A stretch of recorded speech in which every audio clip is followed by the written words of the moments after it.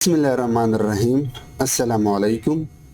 Deep learning के राज के इस वीडियो में हम पढ़ने वाले हैं तीन architecture LSTM, by LSTM and GRU। ये तीनों इम्प्लीमेंटेशन डीप लर्निंग के अंदर NLP के डोमेन में आते हैं। मैंने इस प्लेलिस्ट के स्टार्ट में आपको पढ़ाया था कि न्यूरल नेटवर्क की हमारे पास 4 टाइप्स हैं और उसमें एक टाइप है रिकरेंट न्यूरल नेटवर्क। तो ये जो तीन टाइप्स हैं ये आते हैं रिकरेंट न्यूरल नेटवर्क में। जो फर्स्ट टाइप है वो RNN था, जो हम पिछले वीडियो में ऑलरेडी पढ़ चुके हैं। आज के वीडियो में हम बड़े डिटेल से LSTM, by LSTM and GRU पढ़ने वाले हैं। हम सेपरेटली इन तीनों को समझेंगे, कब कब हमें इसकी ज़रूरत पड़ती है, and then we will see the key difference between all this architecture, और हम छोटा बहुत इम्प्लीमेंटेशन भी देखेंगे। लेकिन नेक्स्ट वीडियो में मैं इन तीनों आर्किटेक्चर को एक एंड टू एंड प्रोजेक्ट में इम्प्लीमेंट करूंगा using social media post data set. कि हमारे पास एक पोस्ट होगा सोशल मीडिया पे लाइक फेसबुक और ट्विटर, और उसके अंदर हमने मालूम करना है कि वो पॉजिटिव है, नेगेटिव है या न्यूट्रल है। और उसके लिए हम एक छोटा सा यूजर इंटरफेस भी बनाएंगे जहां पे आप टेक्स्ट दोगे, बटन के क्लिक पे वो आपको बताएगा कि पॉजिटिव या नेगेटिव है। लेकिन ये सब कुछ समझने और स्टार्ट करने से पहले we need to understand sequential data, क्योंकि ये तीनों के तीनों आर्किटेक्चर सीक्वेंशियल डेटा पे काम करते हैं। सीक्वेंशियल डेटा में बेसिकली आपके पास टेक्स्ट या ऑडियो जैसे डेटा आता है जिसकी सीक्वेंस आप चेंज ना कर सकें। जैसे कि ये एक सेंटेंस है, cat sat on the mat. मैं इसको इस तरह नहीं कह सकता, mat sat on the cat कह सकता हूं, लेकिन अगर मैं इसकी सीक्वेंस को चेंज कर दूं तो इसका जो मीनिंग होगा वो चेंज हो जाएगा। तो ऐसे डॉक्यूमेंट, ऐसे डेटा या ऐसा सेंटेंस जिसका सीक्वेंस चेंज या जिसका जो सीक्वेंस हो वो चेंज ना हो, उसे आप सीक्वेंशियल डेटा कहते हो। जैसे कि मैं इसको आसान कर देता हूं। आपको पता है कि न्यूरल नेटवर्क को जो डेटा आप फीड करते हो वो बेसिकली इनपुट लेयर को आप फीड करते हो। अब जो भी आपका इनपुट होना चाहिए उसकी साइज फिक्स होनी चाहिए किसी न्यूरल नेटवर्क के लिए, चाहे वो टेबुलर डेटा हो यानी नॉन सिक्वेंशियल, या टेक्सचुअल डेटा हो या ऑडियो डेटा हो यानी sequential data. Input layer must be fixed. तो अगर आपके पास सेंटेंस है जिसमें फर्स्ट, सेकंड, थर्ड, फोर्थ, 5 यानी टोटल 5 वर्ड्स है, तो आपके न्यूरल नेटवर्क का जो इनपुट लेयर हो उसमें जो न्यूरॉन हो वो भी 5 होने चाहिए। ठीक है, अब खुद ट्राई करना। अगर मैं इसको अपना इनपुट फीड कराऊं तो मेरा इनपुट कुछ इस तरह होना चाहिए, cat sat on the mat. ठीक है, लेकिन अगर मैं मैट को उठाओ कैट की जगह पे रखूं और कैट को उठाओ मैट की जगह पे रखूं, तो इससे मेरे पूरे इस सेंटेंस का मीनिंग चेंज हो जाएगा। यानी अगर आप अपने सेंटेंस का सीक्वेंस जो है उसके अंदर कुछ चेंजेस करते हो और इससे आपकी सेंटेंस का मीनिंग चेंज हो जाता है, तो फिर आपके सीक्वेंशियल डेटा पे फर्क पड़ता है और ये एक्चुअली आपका नॉन सीक्वेंशियल डेटा बन जाता है। लेकिन वो डेटा जिसका सीक्वेंस चेंज ना हो उसे आप सीक्वेंशियल डेटा कहते हो। और ये तीनों के तीनों आर्किटेक्चर ऐसे ही डेटा सेट या ऐसे ही प्रॉब्लम के लिए यूज होते हैं। LSTM की वर्किंग समझने से पहले लेट्स अंडरस्टैंड LSTM ओवरव्यू। तो LSTM का फुल फॉर्म है लॉन्ग शॉर्ट टर्म मेमोरी। अच्छा, LSTM क्यों वजूद में आया, हमें इसकी ज़रूरत क्यों पड़ी? इससे पहले हमारे पास RNN था सिक्वेंशियल डेटा के लिए, और RNN। तो RNN में एक प्रॉब्लम है वैनिशिंग ग्रेडियंट प्रॉब्लम। यानी अगर आपके पास जो डॉक्यूमेंट है या जो सेंटेंस है उसकी लेंथ बहुत बड़ी है, यानी उसमें जो वर्ड्स है वो बहुत ज़्यादा है, तो वहाँ पे RNN ये प्रॉब्लम अकर करता है। यानी उसके पास वो कैपेसिटी नहीं है कि वो बहुत बड़े डॉक्यूमेंट के अंदर बहुत सारे वर्ड्स को अपने मेमोरी में स्टोर कर सके। इसलिए साइंटिस्ट एंड रिसर्चर को एक और आर्किटेक्चर की जरूरत पड़ी, लॉन्ग शॉर्ट टर्म मेमोरी।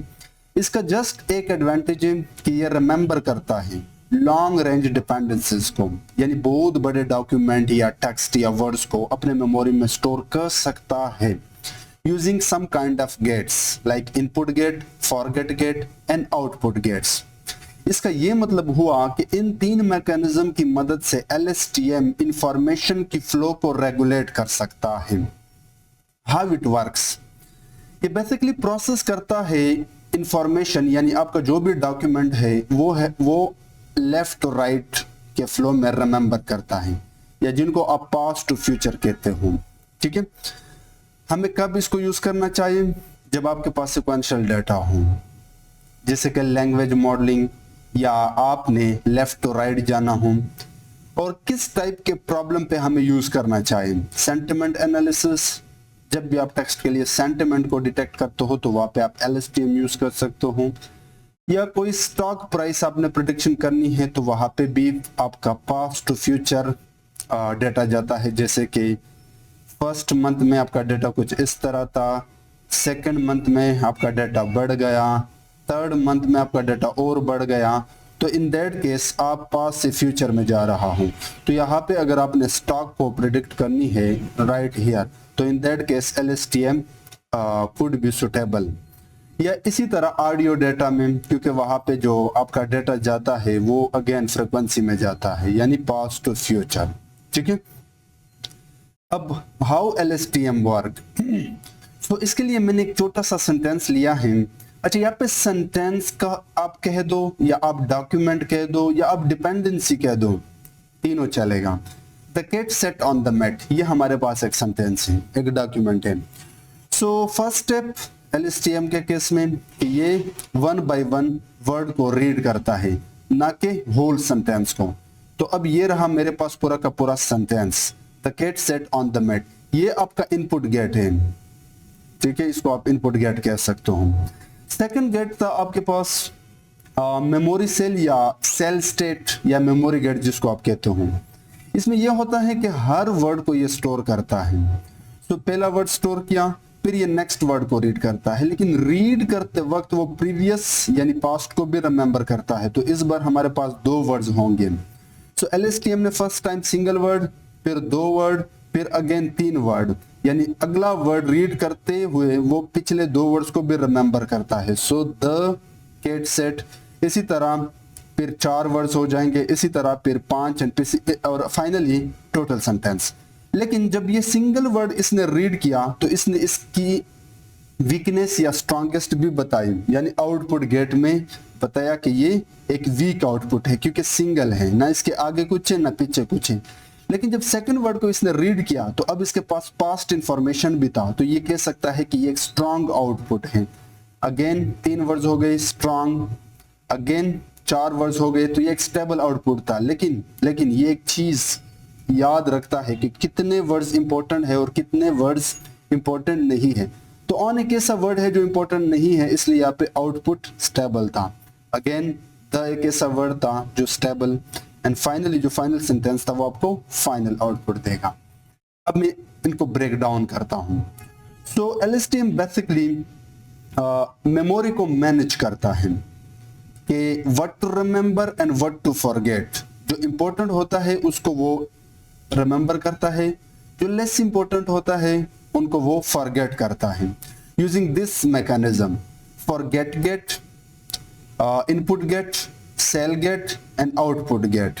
जैसे कि हमारे केस में the cat sat on the mat, इसमें अगर हम फॉरगेट गेट मैकेनिज्म को ले तो ये जो 3 वर्ड है लाइक द एंड ऑन, ये इनको रिमेंबर नहीं करेगा, इनको स्किप करेगा क्योंकि लेस इंपॉर्टेंट है। But cat sat on, but जो ये वर्ड है लाइक कैट सेट मैट, ये इनको याद रहेगा क्योंकि ये मीनिंगफुल वर्ड है। So forget gate decide what information to discard, यानी स्किप कर दें। Input gate just learn new information, यानी फर्स्ट सिंगल वर्ड, फिर 2 वर्ड, फिर 3 वर्ड। सेल स्टेट जस्ट बताता है मेमोरी को कि क्या चीज स्टोर करनी चाहिए लॉन्ग टर्म के लिए और क्या चीज हमने स्किप करनी चाहिए। आउटपुट गेट आपका फाइनल मीनिंग होता है। That's it, that's the whole idea behind LSTM। अब हम देखेंगे LSTM को केरास के साथ इम्प्लीमेंटेशन। सिंस इसके लिए मैंने डमी सा डाटा लिया है, बट नेक्स्ट वीडियो में सिंस मैंने आपको ऑलरेडी दिखाया है कि हम एक एंड टू एंड प्रोजेक्ट करने वाले हैं, तो यहाँ पे जो इम्पोर्टेंट इंपोर्ट्स है वो मैंने किए हैं। अब आपको पता है पिछले वीडियो में मैं डिटेल से बता चुका हूं कि टेक्स्ट को हमने टोकनाइज करना होगा, उसको पैड करना होगा न्यूरल नेटवर्क बनाने के लिए सीक्वेंशियल। अब जो हम मॉडल बनाने वाले हैं तो उसके लिए आपको लेयर से इंपोर्ट करना होगा एम्बेडिंग, LSTM एंड डेंस। यह है मेरा डेटा जिसमें मेरे पास टोटल 1 2 3 4 5 6 7 8 डॉक्यूमेंट हैं, 8 सेंटेंसेस है विद 0 एंड 1। 1 बताता है पॉजिटिव, 0 बताता है नेगेटिव, ठीक है। सो ये रहा मेरे पास डेटा। अब सबसे पहले मैंने अपने इस टेक्स्ट को नंबर्स में कन्वर्ट किया है, टोकनाइज किया है, ठीक है। सो उसके लिए अब टोकनाइजर, फिर टोकनाइजर को सेंटेंसेस के ऊपर फिट किया एंड देन टोकनाइजर को मैंने सीक्वेंस में कन्वर्ट किया। अब इस पूरे डॉक्यूमेंट में ये आई थिंक मैक्सिमम सेंटेंस हैं, तो बाकी सेंटेंस को भी हमने बराबर करना होगा, तो उसके लिए हमने पैडिंग यूज किया, ऐड किया। सो पैडिंग भी मैं ऑलरेडी बता चुका हूँ। सो ये है हमारा ओरिजिनल मैक्सिमम सेंटेंस और बाकी सेंटेंस के साथ हमने 0 ऐड किया ताकि सीक्वेंस बराबर हो, क्योंकि न्यूरल नेटवर्क को जो इनपुट लेयर में न्यूरॉन्स हम देते हैं वो फिक्स्ड होने चाहिए। उसके बाद सीक्वेंशियल में अब सबसे पहले LSTM को चाहिए एम्बेडिंग, जो आपको डेंस वेक्टर्स देता है। इसमें आप अपना इनपुट देते हो तो वो टोकनाइजर के वर्ड इंडेक्स से मैंने निकाला, या आप डायरेक्टली बता सकते हो जैसे कि 1 2 3 4 5 आपका इनपुट है, ठीक है। आउटपुट डायमेंशन हर वेक्टर के लिए मैं 8 डायमेंशन चाहता हूं एंड इनपुट लेंथ के मैक्सिमम वर्ड कितने हैं एक सेंटेंस के अंदर, वो हमने बता दिया। उसके बाद आप LSTM लेयर ऐड करते हो। अब इसमें आप यूनिट्स बताते हो। अब ये इनपुट्स फिक्स नहीं है, आप 100 रख लो, आप 10 रख लो, ये आप ट्राई कर सकते हो, आउटपुट देखने के बाद चेंज कर सकते हो। सो ये हमारा LSTM यूनिट्स। उसके बाद हमारे पास ये classification, output layer, fully connected layer, जो बाइनरी क्लासिफिकेशन है तो हमने 1 दिया, सिग्मोइड हमारा एक्टिवेशन फंक्शन है। उसके बाद मॉडल को कंपाइल किया एंड मॉडल को ट्रेन किया। तो ट्रेन करने के बाद हमें मिला training 83 and validation 71 which is good. Again ये डमी डेटा था, फिर भी ये मॉडल अच्छा रिजल्ट दे रहा, ठीक है। अब हम बात करते हैं बाय LSTM। अब समझने का ट्राई करना, ये भी LSTM है लेकिन जस्ट एक एक्सटेंशन है। इसकी एडवांटेज ये है कि LSTM just past to future जाता है या लेफ्ट टू राइट जाता है, लेकिन bi LSTM can do both right to left and left to right and right to left, या पास्ट टू फ्यूचर या फ्यूचर टू पास्ट। यानी अगर हमारे पास एक सेंटेंस है जिसमें ये फर्स्ट वर्ड है, सेकंड वर्ड है, थर्ड वर्ड है, तो ये पहले लेफ्ट टू राइट इसको रीड करेगा एंड देन अगेन ये राइट टू लेफ्ट इसको रीड करेगा। So basically it process input in both forward and backward direction because it has 2 LSTM layers running in opposite direction to capture past and future context. So just एक extension है LSTM का, यानी इसने LSTM की accuracy को और बढ़ा दिया, ठीक है। How it works? It uses 2 LSTMs. One process input normally, basically left to right, और जो दूसरा है वो इसका उलट है, ठीक है। अब अब ये हमें किन टास्क में हेल्प करता है? जब आप एक ऐसा डेटा सेट पे काम करते हो जहां पे दोनों चीजें जरूरी हो, past to future and future to past, जैसे कि मशीन ट्रांसलेशन। यानी अगर आपके पास एक इंग्लिश है आई एम नूर और आपने इसको ट्रांसलेट करना है उर्दू में, मैं नूर हूं, तो आप देख सकते हो कि इसमें पिछला वर्ड, दरमियानी वर्ड एंड लास्ट वर्ड तीनों के तीनों एक दूसरे पर डिपेंडेंट है। सो फ्यूचर की तरफ जाना या फ्यूचर से पास्ट में आना हमारे लिए इंपॉर्टेंट है, यानी both direction are important. Examples है मशीन ट्रांसलेशन, यानी एक लैंग्वेज से दूसरे लैंग्वेज में ट्रांसलेशन, एक टेक्स्ट के अंदर किसी नाम को आइडेंटिफाई करना, या फिर स्पीच टू टेक्स्ट, ऑडियो से स्पीच को एक्सट्रैक्ट करना, जो कि NLP के अंदर एक खुद में बड़ा डोमेन है। ऐसे केस में बाय LSTM को यूज कर लेना बहुत जरूरी है। अब रियल वर्ल्ड में जब आप प्रोजेक्ट पे काम करोगे, आप वहां पे ना तो RNN यूज करोगे ना ही LSTM यूज करोगे, आप हमेशा बाय LSTM ही यूज करोगे, क्योंकि ये दोनों पे बारी है, पिछले दोनों पे बारी है, तो क्यों ना हम just by LSTM he use कर लें, ठीक है। अब ये काम किस तरह करता है?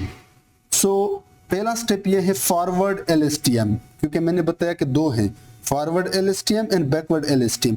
फॉरवर्ड में बेसिकली आप लेफ्ट राइट जाते हो, पहला वर्ड, फिर दो वर्ड, फिर अगले वर्ड के साथ पिछले वर्ड, फिर अगले वर्ड के साथ पिछले वर्ड, फिर नेक्स्ट वर्ड के साथ पिछले वर्ड्स, एंड फाइनली आपका इंटायर डॉक्यूमेंट। ये रहा आपका फॉरवर्ड फ्लो। नेक्स्ट है आपके पास बैकवर्ड LSTM। आप क्या करते हो कि आप जो सेंटेंस था, ओरिजिनल सेंटेंस वो था the cat sat on the mat. अब हम यहां से जाएंगे नेक्स्ट स्टेप में। अगेन सेम प्रोसेस है, बट आप उल्टा करते हो, mat, the mat, on the mat, sat on the mat, cat sat on the mat, the cat sat on the mat. अगर आप इसको प्रैक्टिस करोगे तो आपको समझ आ जाएगा। यानी पहले हम कुछ इस तरह गए, अब हम उल्टा डायरेक्शन से गए, ठीक है। ये बेसिकली कंबाइन करता है बोथ कॉन्टेक्स्ट को, यानी जो फॉरवर्ड LSTM है एंड बैकवर्ड LSTM है, उनकी कॉन्टेक्स्ट को कंबाइन करता है, जिससे ये फर्दर आपके रिजल्ट को इंप्रूव करता है। जैसे कि ये था आपका फॉरवर्ड कॉन्टेक्स्ट, ये था आपका बैकवर्ड कॉन्टेक्स्ट। अब वो फॉरवर्ड में पहले सिंगल वर्ड था, लेकिन बैकवर्ड में पूरा का पूरा सेंटेंस था। ये एक बेटर मीनिंग रिप्रेजेंट करता है अगर आप फाइनल रिप्रेजेंटेशन देखें। इसी तरह दो सेंटेंस, और वहां से जो हमारे पास आए थे वो इस वाले को स्किप करके इस पार्ट को उठाया बैकवर्ड में, तो अगेन एक better. Finally you will get more better context, more better result in case of bi LSTM, ठीक है। Let's see implementation with Keras. Same तरीका है, जस्ट एक चीज मैंने एक्स्ट्रा यहाँ पे इंपोर्ट किया है लेयर से, बाई डायरेक्शनल। बाकी वही डेटा सेट, वही लेबल, वही टोकनाइजेशन। अब मॉडल में हमने क्या किया कि हमारे पास एम्बेडिंग लेयर तो हमेशा सेम ही रहेगा, ठीक है, लेकिन LSTM के बजाय मैंने जस्ट बाई डायरेक्शनल को बाई डायरेक्शनल लेयर के अंदर या क्लास के अंदर मैंने LSTM पास किया। अब ये इंटरनली सारा काम संभालेगा, जो मैंने अभी थोड़ी देर पहले पढ़ाया एग्जैक्टली उस तरीके से ये काम करेगा। LSTM के केस में जस्ट LSTM, बट बाई यानी बाई डायरेक्शनल LSTM के केस में you have to add bidirectional, उसके बाद आपका आउटपुट। जब हमने एक्यूरेसी देखा तो यहाँ पे थोड़ा सा इंक्रीमेंट हुआ, ठीक है, you can clearly see. Now let's understand the difference between LSTM and by LSTM। मैं यहाँ पे पेन लेता हूँ। अब यहाँ पे फीचर है, फर्स्ट फीचर है डायरेक्शन। डायरेक्शन देखते हैं, LSTM का वन वे यानी फॉरवर्ड, बाई LSTM का टू वे यानी forward plus backward. Context understanding which is very important in NLP। LSTM use करता है पोस्ट कॉन्टेक्स्ट को, यानी पहले वर्ड को जब आगे जाएगा नेक्स्ट वर्ड को पकड़ेगा तो पहले वर्ड को भी पकड़ेगा एंड अगले वर्ड को भी पकड़ेगा। इसी तरह जब आगे जाएगा तो पिछले दो वर्ड और अगले वर्ड, यानी सिंगल वर्ड, उसके बाद इस वर्ड को पकड़ते वक्त पास्ट को भी इसने रिमेंबर किया, देन इस वर्ड को पकड़ते हुए पिछले दो वर्ड को भी इसने रिमेंबर किया। ये होता है कॉन्टेक्स्ट अंडरस्टैंडिंग। लेकिन यहाँ पे क्या है, यहाँ पे बोथ हैं, पास्ट एंड फ्यूचर, जिससे और भी डीपली कॉन्टेक्स्ट अंडरस्टैंडिंग आएगा। कॉम्प्लेक्सिटी जाहिर सी बात है, LSTM सिंगल डायरेक्शन है तो कम ही होगा, यहाँ पे दो डायरेक्शन है तो ज्यादा ही होगा। Complexity in case of bi LSTM could be higher. Performance works well when past information is enough, ठीक है, यानी अगर आपने एक डायरेक्शन में जाना है तो जैसे कि स्टॉक को प्रिडिक्ट करना, तो LSTM is good enough. But अगर टास्क कुछ इस तरह है जहाँ पे फुल सेंटेंस की कॉन्टेक्स्ट को समझना जरूरी है, जैसे कि मशीन ट्रांसलेशन, तो फिर bi LSTM, but finally you will use any time bi LSTM, ठीक है। Now let's understand the third architecture GRU, which stand for gated recurrent unit, ठीक है। अब ये जो मॉडल है या ये जो आर्किटेक्चर है, ये बेसिकली बाय LSTM की ही एक्सटेंशन है। ये बिल्कुल बाय LSTM की तरह काम करता है, यानी लॉन्ग टर्म डिपेंडेंसीज के लिए ही हमने इसको डिस्कवर किया है बेसिकली साइंटिस्ट एंड रिसर्चर ने। बट इसकी एडवांटेज ये है कि ये सिंपल एंड फास्ट है, क्योंकि बाय LSTM के केस में हमारे पास फॉरगेट इनपुट आउटपुट गेट्स थे, यानी 3 गेट्स थे, लेकिन GRU के पास ओनली 2 गेट्स, जिसकी वजह से GRU की परफॉर्मेंस एंड स्पीड बढ़ जाती है। Update gate and reset gate. Update gate basically decide करता है कि क्या चीज मुझे रखना चाहिए, याद रखना चाहिए, and reset gate basically forget करने का काम करता है। तो हमारे पास एक सेंटेंस है, the weather today is really nice. So first word the, update gate basically the को उठाएगा और इसको कीप रखेगा, क्योंकि इसका काम है कि just to keep information if it is important. So reset gate में कुछ नहीं होगा अभी के लिए, and after processing final word ये रहेगा। देन ये आगे बढ़ेगा, आगे अपडेट गेट में वेदर को पकड़ेगा, लेकिन रीसेट गेट में कुछ होगा, maybe forget some past information, ठीक है, यह हो सकता है कि ना हो। तो फाइनली द वेदर, फिर ये आगे जाएगा, टुडे को पकड़ेगा और रीसेट गेट में कुछ अकर होगा, यानी इंफॉर्मेशन को फॉरगेट करेगा, नहीं करेगा, बट इन दैट केस हो सकता है कि इसने फॉरगेट किया हो अनइम्पोर्टेंट वर्ड को, जैसे कि द था, वो एक ऐसा वर्ड था जो इंपॉर्टेंट नहीं था। तो finally after pre processing memory में होगा वेदर टुडे, ठीक है। नेक्स्ट है इज, तो यहाँ पे हो सकता है कि ये द को फॉरगेट करे, so today is. So finally you will gate important words, और जो भी अनइम्पोर्टेंट वर्ड थे वो यहाँ से स्किप हो जाएगा। अब ये सेम वही काम है LSTM का, सॉरी बाई LSTM का, लेकिन सिर्फ बिकॉज ऑफ रीसेट गेट इसका जो मेमोरी होगा वो इंपॉर्टेंट वर्ड को कीप रखेगा और इसकी स्पीड बढ़ जाएगी, दैट्स इट, ठीक है। सो इम्प्लीमेंटेशन सेम है, but you have to just import GRU, और यहाँ पे आपने जस्ट चेंज करना होगा GRU को इंस्टेड ऑफ LSTM या बाई LSTM। सो रन करने के बाद मालूम हुआ कि इसकी परफॉर्मेंस पिछले 2 से बेहतर है।